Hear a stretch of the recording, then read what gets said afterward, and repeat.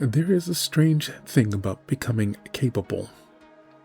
You usually don't know how capable you are until something asks more from you than you are willing to give. It might be a difficult conversation, a problem you cannot solve immediately, a commitment that becomes inconvenient, or a task that takes longer than expected. Those moments when quitting would be easier than continuing. All of those moments reveal something. It's not what you know, or not what you intend to do, but what you can actually do when doing it becomes difficult. And I think that's where we are when we're facing a very different problem. A lot of people have spent years becoming very extremely good at avoiding difficulty. Not because they're weak, it's because they have become good at finding other options. Another way around a problem, another distraction, or an explanation, choosing another time or another opportunity. And sometimes that's exactly what intelligence requires. You should know when to change directions. You should know when a method isn't working. And even if there's something that's not worth the cost. But there is a danger. If your first response to difficulty always is to escape it, you may never discover what you're capable of becoming. Because some abilities cannot be learned by thinking about them. You have to use them. You have to test them. You have to put yourself in situations where they are required. And that raises a much more important question. When difficulties appear in your life, do you automatically look for a way around it? Or are you sometimes willing to step directly into it?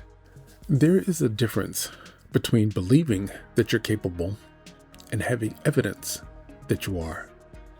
You can believe that you're disciplined until you have to keep on going when you don't feel like it. You can believe that you're patient until someone gives you a reason not to be. Or you can believe that you're resilient until something genuinely goes wrong. That's what difficulty does. It exposes the distance between the person that you believe you are and the person your behavior actually demonstrates. And that isn't necessarily a bad thing. In fact, it's useful because you cannot improve a capability that you've never tested. If you discover that you lose focus quickly when something becomes frustrating, that's information. If you discover that you avoid difficult conversations, that's information. If you discover that you abandon projects when progress slows down, that's information. The mistake is looking at that information as a judgment about who you are. It isn't. It's a starting point. The problem is that many people respond to that discovery by immediately removing the situation that exposes the weakness. They avoid the conversation. They abandon the project. They choose an easier option, and the weakness remains exactly where it is. But there is another response. You can say, "Good, now I know what I need to become stronger." That changes the purpose of difficulty. You are no longer looking for hardship. You are looking for opportunities to develop your capability. And sometimes the most useful thing you can do is deliberately choose something that requires more from you than you are currently comfortable in giving. There is an important distinction here. Choosing difficulty does not mean refusing to change. We just talked about that in the last episode. There is a difference between persistence and stubbornness. Persistence is willing to learn. Stubbornness refuses to. If something isn't working, you change the method. You pay attention to evidence. You adapt. But adaptation can become another form of avoidance if you're not careful. Because sometimes the problem isn't the method. Sometimes the problem is that the work is difficult. And those are two very different things. Now imagine You're learning something that you've never done before. The first attempt is frustrating. You make mistakes. The second attempt is still difficult. You make fewer mistakes, but you're still uncomfortable. So, you change the goal. Or do you abandon the effort? Maybe, maybe not. Maybe the discomfort is telling you something different. Maybe you're actually learning. You have become so accustomed to looking for the easiest path that we can sometimes mistake resistance for the wrong direction. But resistance isn't always a warning. Sometimes it's evidence that you're working at the edge of your current capability. And that's where development happens. The key is learning to ask, is this difficult because it is wrong for me, or because I am still learning how to do it? That question matters, because if you change directions every time something becomes uncomfortable, you may become very adaptable, but not very capable. And that is the danger. Adaptation should help you find a better way forward. It should not become an excuse to avoid the work required to become better. So you see that there is a point where something stops being comfortable, but hasn't yet become impossible. That point is important, because that's where you discover what you can actually do. Think about the first time you tried something that was initially very difficult, but it became familiar. At the beginning, your attention had to be completely engaged. You probably made mistakes. You had to think through things that eventually became automatic. And there was probably a moment when you wondered whether you were actually capable of doing it. Then something changed. Not because the task became easier on its own. It's because that you became better at it. That difference matters. We often talk about confidence as if it comes first, as if you need to believe that you can do something before you begin. But a more durable kind of confidence works in the opposite direction. You attempt something, you struggle, you adjust, you continue, and eventually you have evidence. You have done something that was difficult before. Now you know that you can do it. Now that is real confidence. It isn't optimism. It isn't telling yourself that everything will work out. It is evidence accumulated through action. And that is why we deliberately choose the right kind of difficulty, and that matters. You don't need to prove yourself by doing something extreme. You don't need to make your life miserable.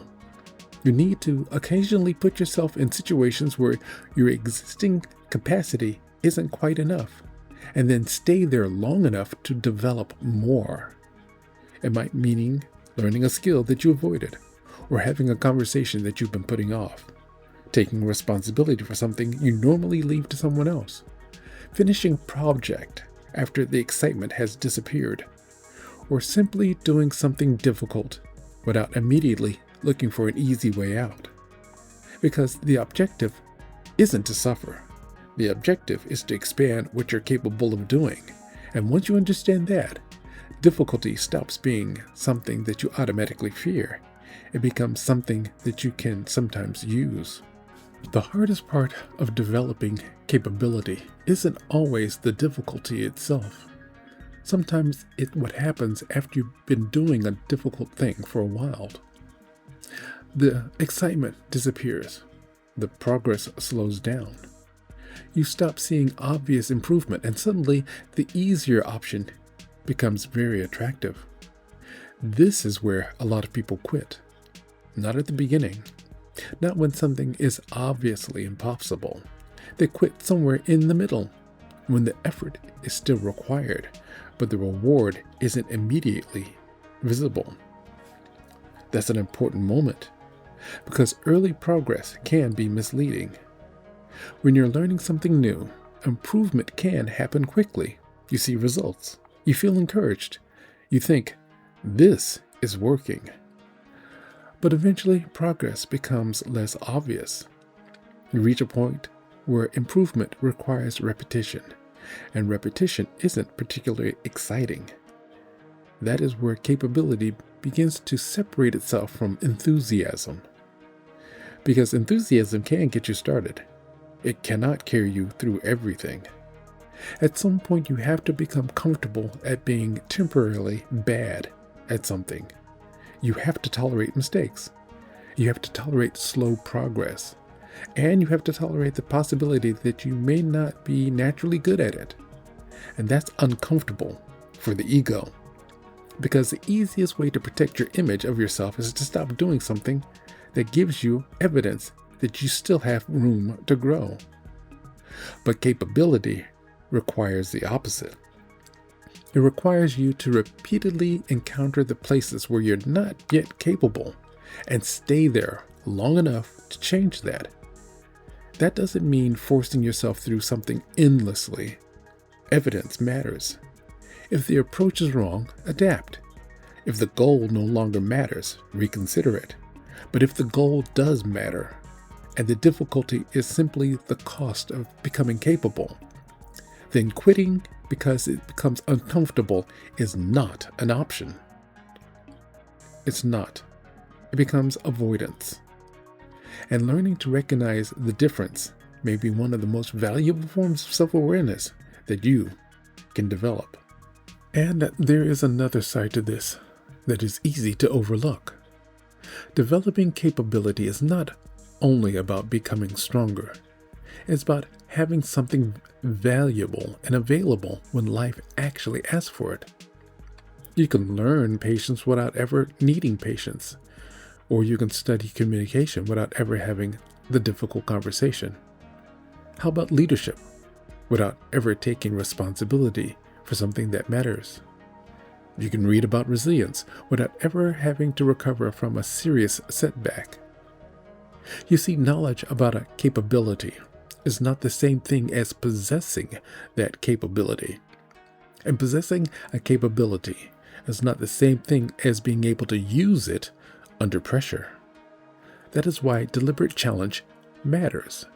It creates opportunities to turn an idea into practiced ability. You don't really know whether you can remain calm under pressure until something pressures you.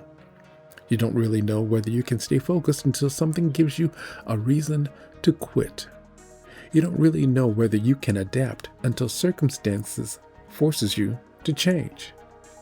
And you don't really know whether you can take responsibility until something important is placed in your hands. That is where challenge becomes useful. Not because difficulty makes you morally better, not because suffering is inherently valuable, but because capability that is never exercised remains theoretical. And there is a subtle danger in living that way. You can become very knowledgeable about the person you want to be without ever collecting enough evidence that you are actually that person. Well, you can tell yourself that you're disciplined, that you're resilient, that you're capable, you're adaptable. But eventually, reality gets a vote. And when reality asks something difficult of you, what matters is not what you intended to become. What matters is what you can actually do. And that is why chosen difficulty can be so valuable. It gives you a place to practice before circumstances chooses the test for you. And the goal isn't to become someone who seeks hardship everywhere. It is to become someone who knows, I am capable of more because I have practiced doing more. That is a very different type of confidence. It doesn't come from avoiding the test. It comes from having taken one. So, how do you actually use this? Well, you don't need to redesign your life. You don't need to become someone obsessed with hardship. And you certainly don't need to make yourself miserable just to prove that you can. Start much smaller. Choose one thing that would make you more capable if you became better at it, and deliberately make room for it in your life. Something specific, something measurable. and something that is difficult enough that you cannot complete it entirely on autopilot. Maybe it's learning a skill that you've been putting off. Maybe it's exercising consistently. Maybe it's having a conversation that you've been avoiding. Maybe it's taking responsibility for something you've always allowed someone else to handle. Maybe it's finishing a project that you repeatedly started and abandoned. The important thing is that the challenge has a purpose. You're not choosing difficulty because difficulty is good. You're choosing it because of what the difficulty can develop in you. And here's the part that matters. Don't choose something so large that you can immediately talk yourself out of it. Choose something that you can actually complete. Then define the test. What exactly are you going to do? How often? How long? And how will you tell that you finished? Make the challenge concrete enough that there is nowhere for your brain to hide behind vague intentions. Then do it. Not when you feel motivated, not when the timing becomes perfect. Do it because you decided it was worth developing. And when it becomes uncomfortable, pay attention. That moment is part of the exercise. Instead of immediately asking, how do I get out of this? Ask, what is this requiring of me to become better at? Because that question changes the entire experience. The difficulty is no longer simply something standing in your way. It becomes part of the training. Now I want you to take this one step further.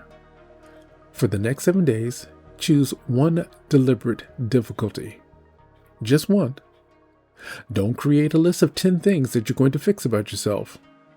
That's another way of turning action into theory. Just choose one. Write down exactly what you're going to do.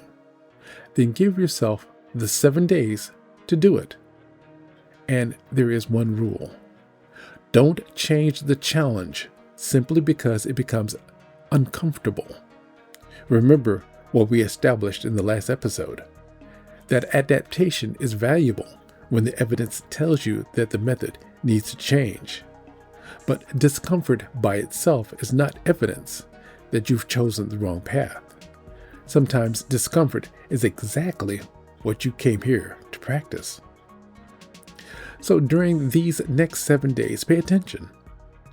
Notice when you want to stop. Notice what excuses appear. Notice when you start negotiating with yourself.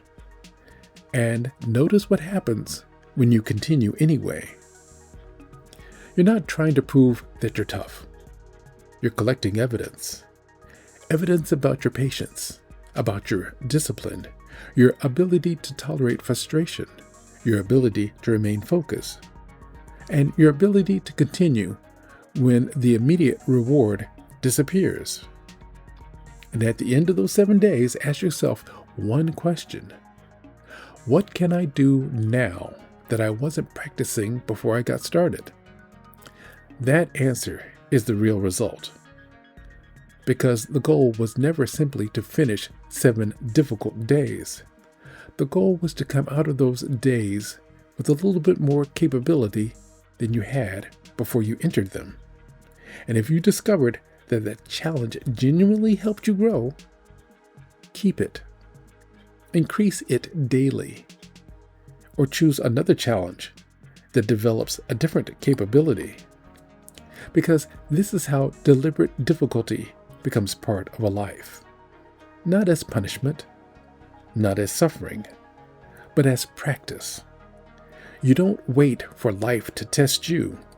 Sometimes you choose the test yourself. You don't need a harder life. You need a life that still gives you opportunities to become more capable. Because if you always choose the easiest available option, you may become very comfortable without becoming very capable. And that is a distinction that I want you to remember from this episode. Difficulty isn't automatically valuable. suffering isn't the goal. The goal is capability. Sometimes the best thing you can do for yourself is deliberately choose something that requires more from you, and then stay with it long enough to discover what you're capable of becoming. So choose your challenge. Give it 7 days. Pay attention to what happens when you want to quit, because that moment may tell you more about yourself than the easy days ever could. And if you're wanting to stay relevant in a world where more and more difficulty can be avoided, then you need to become someone who can still choose growth when comfort is available. So subscribe. This is DB Lewis, and I will see you in the next one.